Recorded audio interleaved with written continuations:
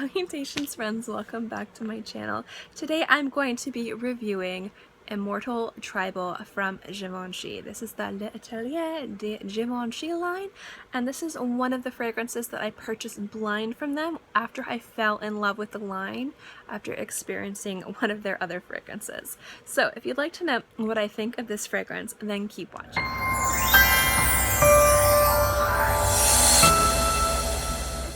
With this line of fragrances after I experienced it at Epcot. In the France area, they have higher end cosmetics. They have Guerlain, Bulgari, and they had a Givenchy area. And I was really excited to see that they had these fragrances. I hadn't seen these fragrances before. And I've talked before about how I purchased one and I loved how these samples were buttons. I did a review of my other fragrances I had from this. I have 3 of them. I reviewed Iris Harmonique. I have not reviewed the first one I purchased, which is Ambre Tigre or Amber Tiger. I always mispronounce words, so I'm sorry. But I wanted to wait a little bit before I reviewed Immortelle Tribal. And the reason why is not a lot of people are familiar with Immortelle Notes or the Everlasting Flower, and I kind of wanted to give you a quick little brief description of how I normally associate the smell of this note and then how it plays beautifully with this fragrance. Or the Everlasting Flower is a note that I usually associate with a mix of kind of like a floral note that is buttery and syrupy, but also a little bit dusty and straw-like. It's very interesting and unique while not being crazy confusing or hard to interpret. It is one of the floral notes that I think plays beautifully in gourmands, or if you're trying to add a little bit of a uniqueness to a floral fragrance without making it muddled or too hard to interpret. Some of the fragrances that you can find Immortelle in are going to be Diesel's Fuel for Life, Lolita Lempicka L, and also Guerlain and number 68. What I love about the L'Atelier de Givenchy line is they really kind of focus on one note and then just add a few other things to it to really elevate that note. And it's really interesting that they chose Immortelle or the Everlasting Flower for this fragrance. The other notes in this that are really distinctive are fig leaf and sandalwood.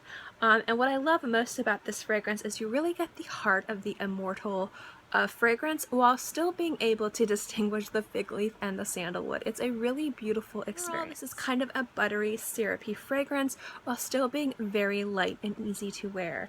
I would say this is one of the fragrances that you could easily take with you in the daytime and to evening. You could wear this early in the morning, and you could also wear this for evening formal occasions, which is a really nice thing in a fragrance because it does perform really well in different environments. This is a fragrance you can wear in the morning or in the evening. I think this is a great investment fragrance if this is the kind of smell you like to smell like. If you like to smell a little bit buttery, a little bit more gourmandish, but also really love floral fragrances, I think this is a fantastic fragrance to invest in. However, there is one issue I have with that. The issue I have with this, guys, is its longevity. I know.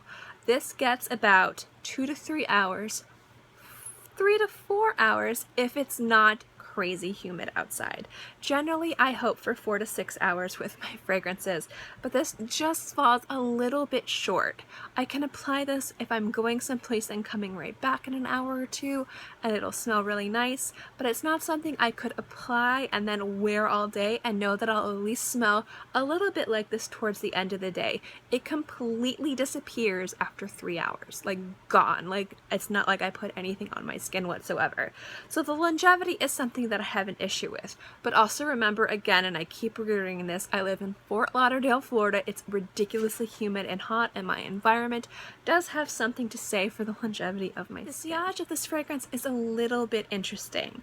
I don't think it sits so close to the skin, but it doesn't have this crazy oppressive aura where it kind of reaches 15 feet away.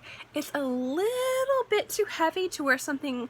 I don't know if I would recommend this for work or a classroom or a theater, but I don't think that it will matter too much if you're in an environment like a party or a club to where it's going to be so oppressive that it's going to make people like question your choices, like, why did you wear so much perfume? Why can I smell this when you're like across the room?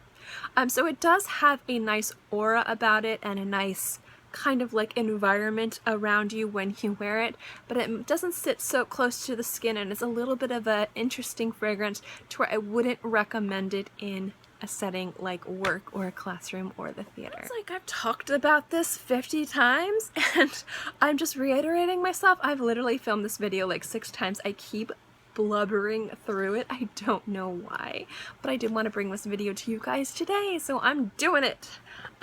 So yeah, so the sillage in this is a really nice sillage. It's not crazy oppressive, but it doesn't sit so close to the skin. It is an interesting fragrance to where I wouldn't recommend it in a classroom or a theater or work. The longevity is very poor, and it is a beautiful interpretation of the everlasting flower or the immortal notes that you find in some fragrances. Rounding it up. So do I recommend this fragrance? Based on its longevity, I can't comfortably recommend you buying this blind. Also because the everlasting flower or the immortal flower note is something that a lot of people aren't familiar with and may or may not like. The best way I can describe it is it kind of reminds me of what a buttercup flower smells like. Do you remember those flowers when you were little? They were kind of like the little weedy, bright yellow flowers, and they just had this kind of sweet, buttery floral scent to them. It reminds me of that, only a lot more elegant and mature and sophisticated. But it is a beautiful fragrance, and it is an extraordinary note, and I love seeing it when perfumes have it in there. And the fact that this perfume showcases it so effortlessly and beautifully, I would recommend this fragrance purely on that. However, again, because it doesn't have the best longevity and because it is such an interesting ingredient, I would recommend sampling this first. But I think that if it's one of the fragrances that lasts long on your skin, again, understand fragrances are going to last on the skin differently depending on your body chemistry, depending on your environment, depending on where and when you wear this. It might perform better for you guys than it did for me, but because I'm reviewing this based on my experience, I'm not going to recommend it completely because it underperformed longevity-wise, and that is a big deal when you're talking about a bottle of perfume that costs $235. Yes, this is an expensive bottle, but it is a beautiful fragrance, and it is definitely at least worth sampling and checking out.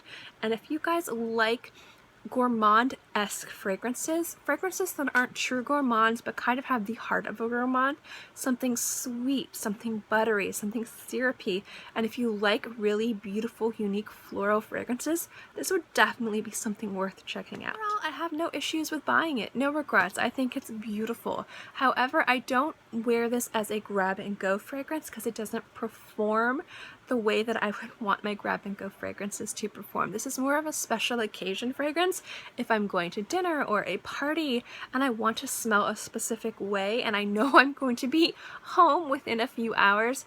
That's when I will usually wear this fragrance. It is very beautiful and unique, and I love it, and I definitely recommend checking it out and experiencing it if you have the chance to. Have any questions?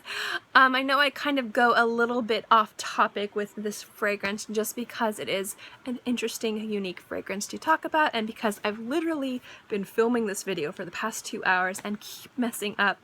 I'm at the point where I'm not sure what I remember talking about and not talking about. So if you guys have any questions on this fragrance, where you can find it, I'm going to link it below. I know Sephora just started carrying these, so I don't know if they have them in Sephora stores. The larger Sephoras might, but you can purchase them from Sephora. So I'm going to link the Sephora link below if you wanted to at least read the reviews on this fragrance and check out the notes. Definitely do that. But just know that I love this fragrance. I have no regrets purchasing this fragrance, but again, longevity. It is a problem with this fragrance, at least on my skin. Thank you guys so much for watching this video. If you like my fragrance reviews, remember to give this video a thumbs up. It lets me know to continue doing fragrance reviews, guys. Also, don't forget to subscribe because it's free and I'm free. And I put out new videos every Monday through Friday and sometimes on the weekends as well. So I'll always have something for you to watch. In any case, I hope you guys are all happy and healthy and have a great day, month, year, whatever. And I'll see you next time. Bye!